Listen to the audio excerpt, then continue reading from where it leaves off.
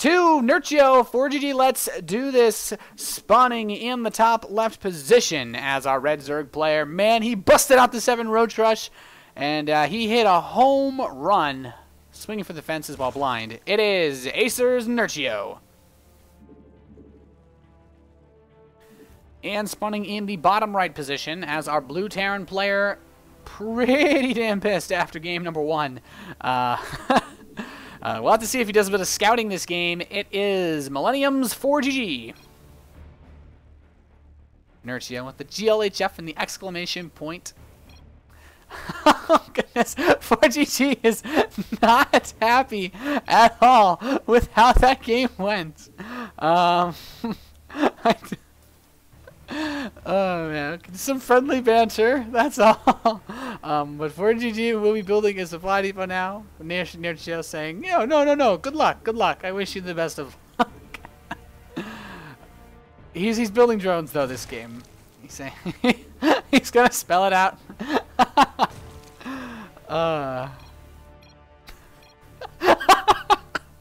I'm sorry. I apologize for this. But Nerchio looks like he's going to go for a 15 hatch. And ForGG is going to go for the command center first again. Nerchio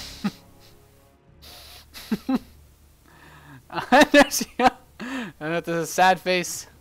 GHF one last time. Trying to...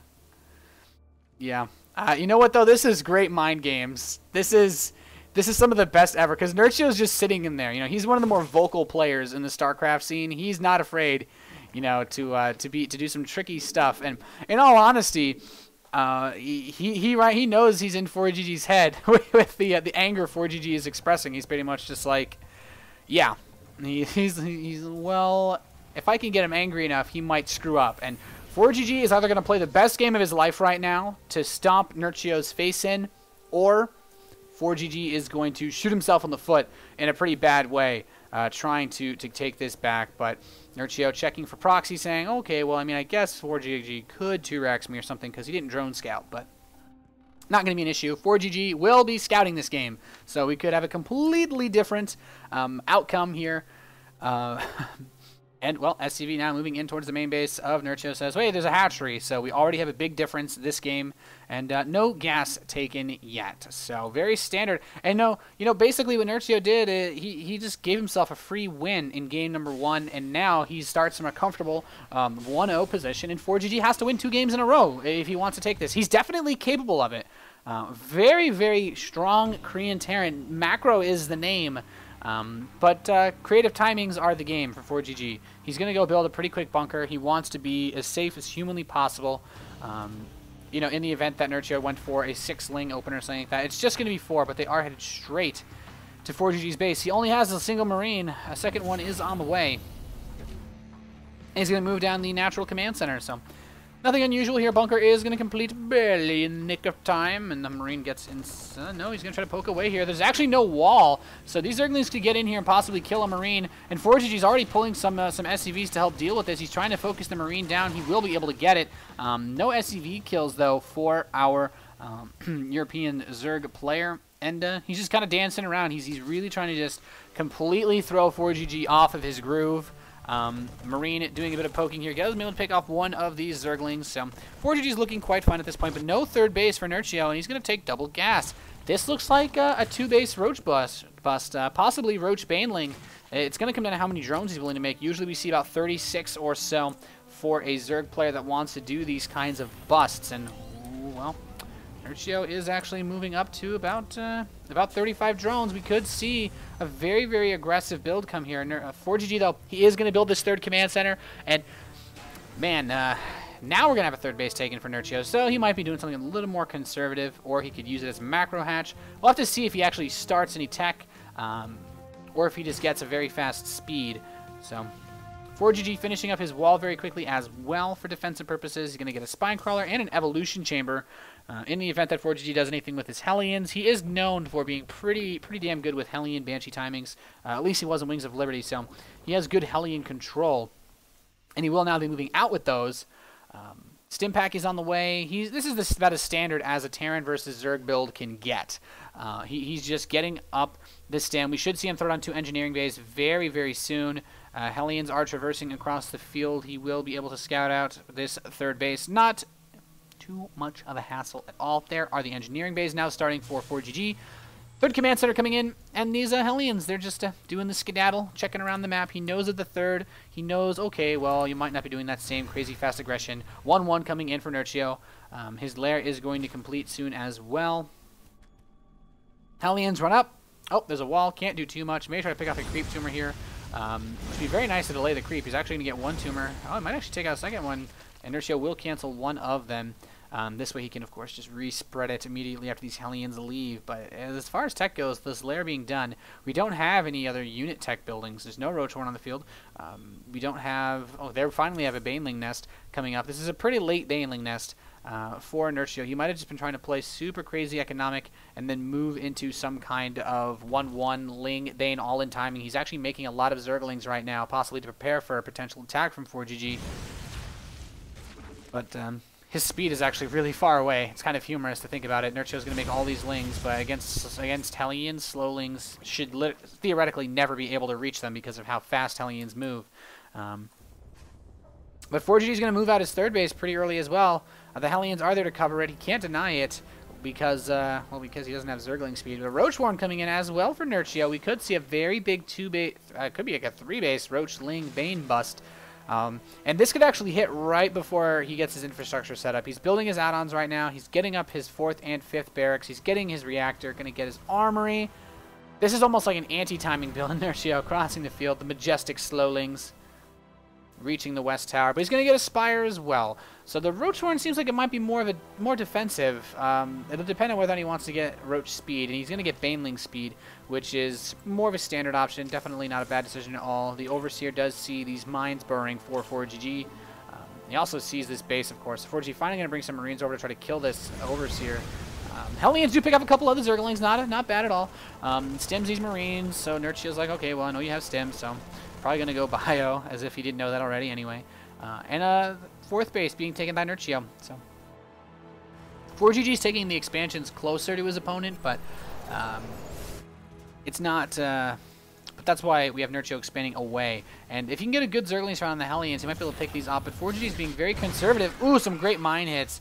Able to take out 7 Lings there with those mines. And Marine just kind of poking away his Overseers. Are finally going to die. Yes. It's got strewn into outer space. But creep spread looking pretty solid here for Nerchio. He does have the towers. He doesn't have too much of an overlord spread on the east side of the map, but we do have Medivacs coming out. We also have Mutalisks about to pop out for Nerchio. As far as upgrades go, 2-2 coming in for both of these players. Not unusual at all. Both went for pretty economic builds here. And a 2nd factory coming up for ForGG. So he's going to be able to get up his Drilling Claws upgrade for his mines.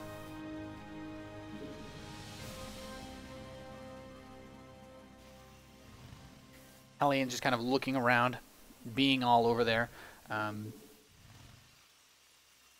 So you do have a bunch of Mutalisks coming over. Now Nerchio is moving across the right side of the map with these Mutas. Might try to put some harass on towards this 3rd base. So he is moving forward with the rest of his bio forces, though. His stim is done, his combat shield done. He has a good number of mines and Hellions. The Mutas are going to be able to take out this missile turret, though. ForGG is just going to pull his SCVs away. He doesn't want to lose anything to these Mutalisks. He's actually just going to turtle by this bunker here. Let the Mutas think they're in control. And, ooh, here ForGG comes. He wants to deny this 3rd base and put on a lot of damage, possibly even just kill all the drones here as well would be huge. Taking out the creep tumors as well, pushing very methodically. The Banelings and Zerglings are poised, but...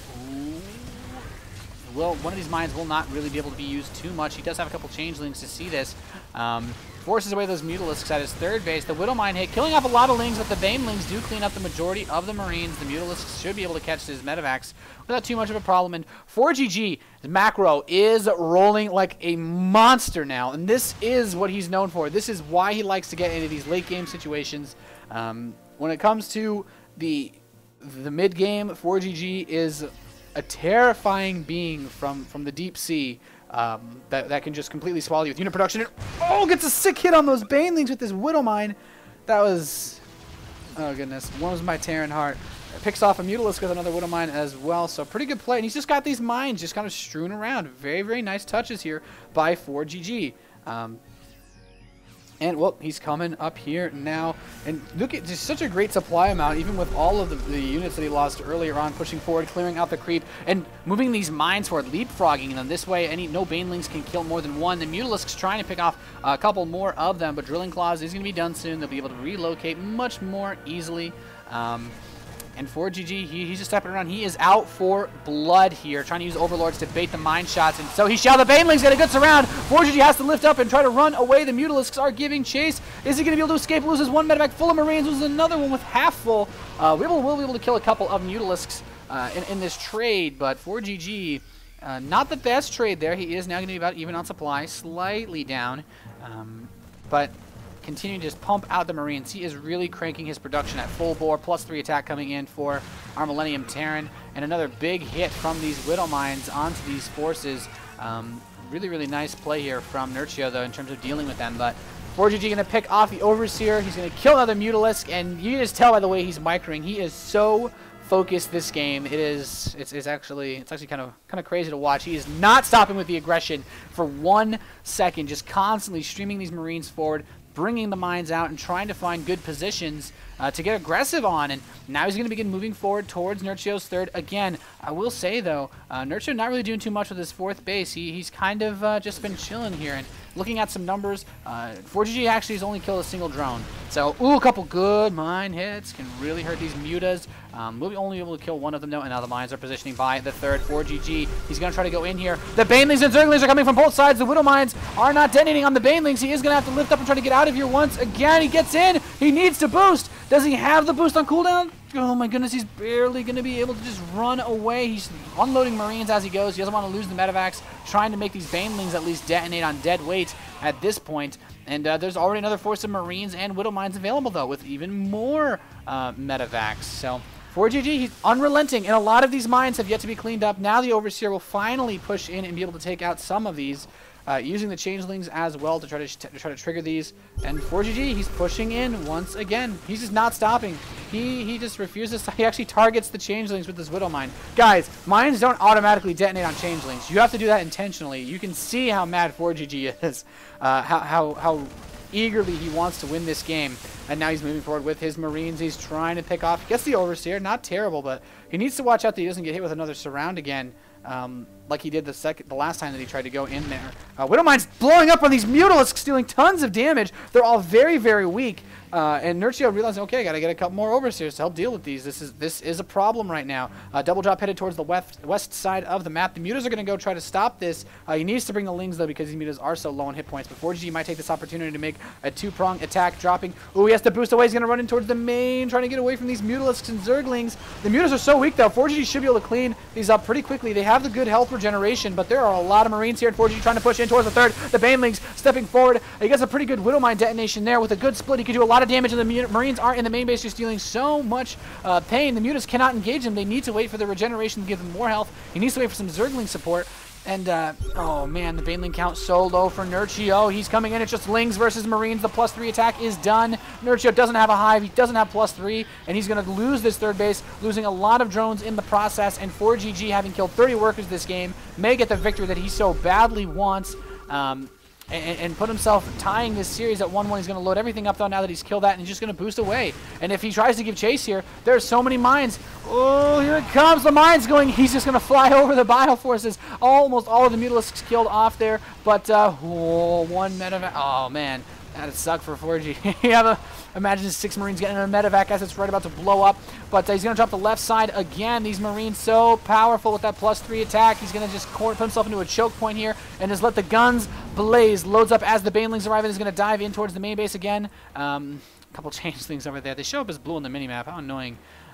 But the Marines shoving away these Overlords, and, well, the drop is prepared in the main base. He has a couple of Marines outside where the third is now rebuilding, and Nerchio's going to take a base in the bottom left of the map. Marines trying to do as much damage as possible. He may need to load up here. The Banelings will be able to help clean this up, and ForGG, though, up 192 supply to 72.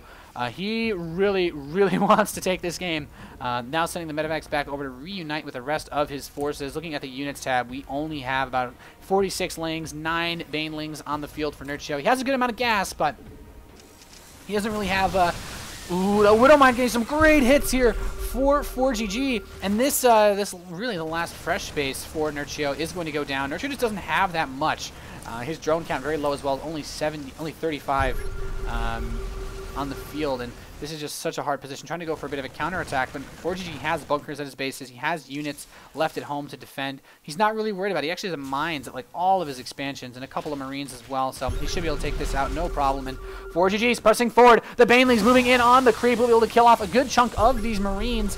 So not bad play at all. He's actually rebuilding his Spire now to try to be able to get more Mutalisks up. He has so much gas to spend. But ForGG, one good Marine split, and this game is over. He is just so far ahead right now. It's not even funny. But I'm sure if he could, he would stay in this game till the very last second to kill every single building in this game. Just because. And now Nerchio trying to go for a counterattack. He's bringing the Banelings over. These SCVs are going to be in danger. He wants to just at least shut down one of these expansions. ForGG bringing everything back here, and the Banelings are going to be able to get inside. Will the SCVs escape?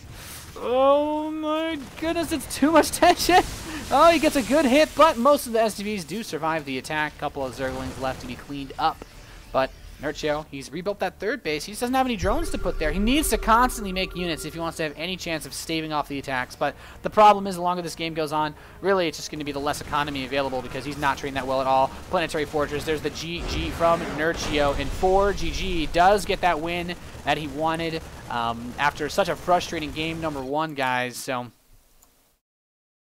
you know, you don't really get too much attitude here. You don't really see that much attitude in StarCraft. And I actually kind of like this little bit of BM banter that we have going back and forth between ForGG and Nerchio. So I'm curious to see what we're going to have in our third game here. We are tied 1-1 between Nerchio and ForGG. I'm Quantic Nathanias. You can follow me on Twitter at QuanticNate. Tweet at me your predictions. Who do you think is going to win this game?